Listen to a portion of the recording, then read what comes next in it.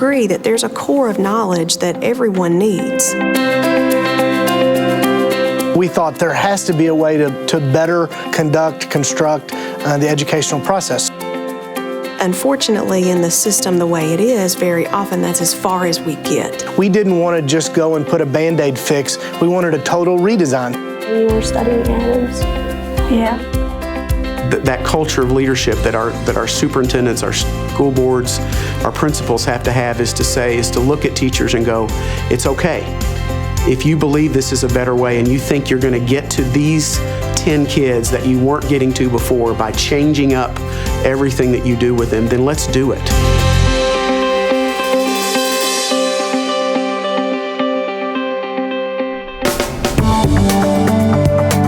Our district mission and vision is meeting the needs of every child every day. So we can't do that in a traditional schooling approach. We knew that things had to be different for kids. We want to be the most innovative school district in America, so we make no question about that. I don't think that means you're experimenting on kids. I think it means you're saying, well, we haven't done a good job with this particular kid to date. What are we going to hurt if we try a different approach, and what if it works? And the hard thing with innovation is you've got to be comfortable with some ambiguity. You know, I think we're right at the edge of understanding what it means to really transform education in our state. This is extremely important to the future of our children, so it should always be couched in what our children need, not what the adults want. I think we just have to step back and look at what we're doing and ask ourselves if this is working, and I don't think it is. We got a long way to go. We've made a lot of mistakes, but somebody had to kind of jump off the cliff first, and so that's kind of what we've tried to do. With any change, everybody thinks about what does this mean for me, and that's scary. Innovation happens at the local level.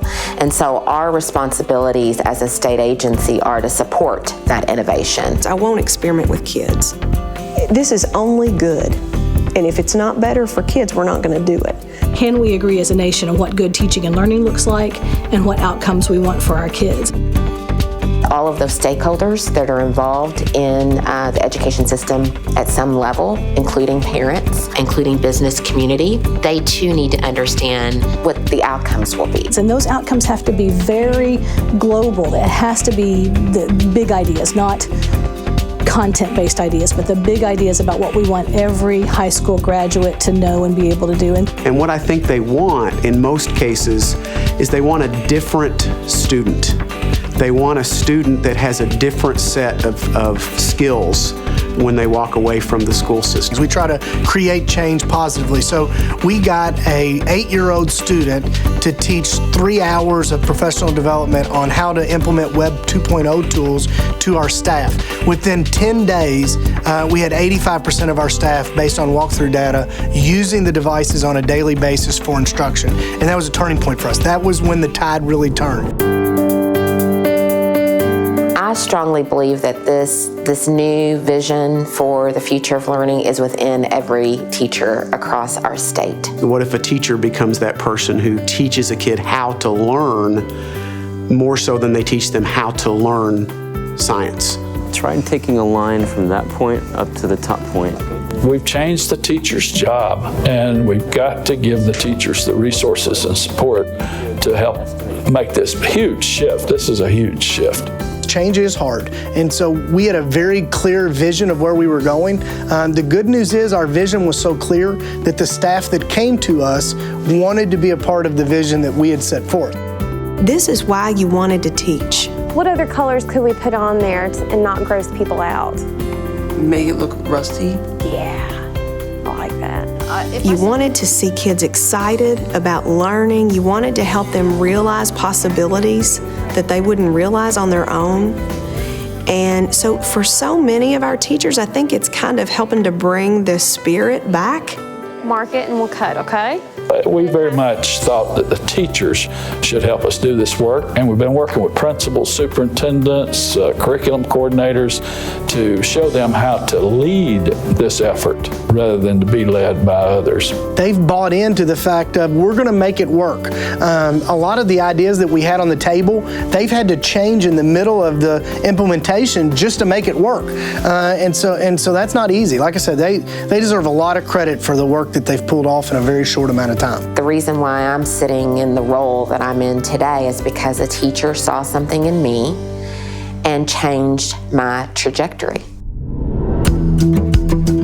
We have a real belief in student agency and letting students be co-contributors in the learning process. And so it started with students, and they said, we want more technology. They said, we think that schools should be more personal to us. I don't think you change Common Core. I don't think you change, what you're delivering. It's how you're delivering it and how you're changing to meet the needs of the kids, knowing that they're a different kind of learner. And every target that we do every day in class, we can access on the left side of the screen. They're digital natives. We're all digital immigrants. They were born into a world where at 2 years old, they're using iPads to do anything they want to do. You can just simplify that to x square root of 5x. Right. We eventually like to get to the point where we use technology to disseminate the facts. Can you multiply those together? And teachers help them integrate the facts into activities and apply the facts so they become thinkers. There's a new emphasis on student agency and student voice. And so we have included increasing the opportunities for student involvement in their own learning. Our students are calling out for more. It's an app that allows you to track your bus so you don't have to stand outside or wait so long for your bus. What we know is that children will have a portfolio of experiences.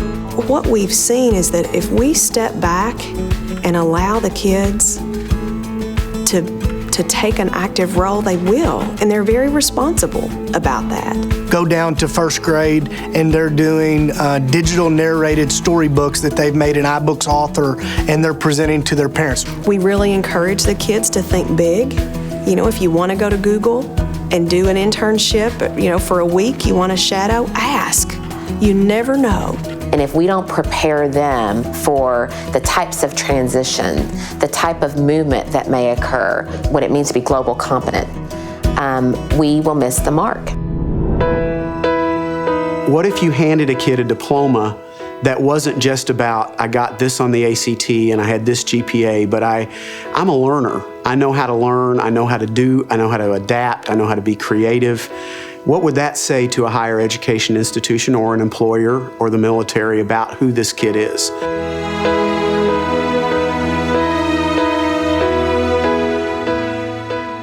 The future of learning is focused on the learner.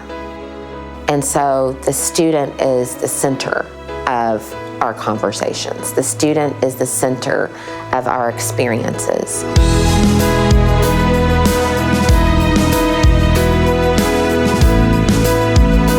I think if we can kind of flatten out that hierarchy and really think about how we come in and out of our roles in the best interest, all wrapped around that student, that learner right in the middle, then I think we have a better kind of chance at that. So now our job is not just to give them equal opportunity.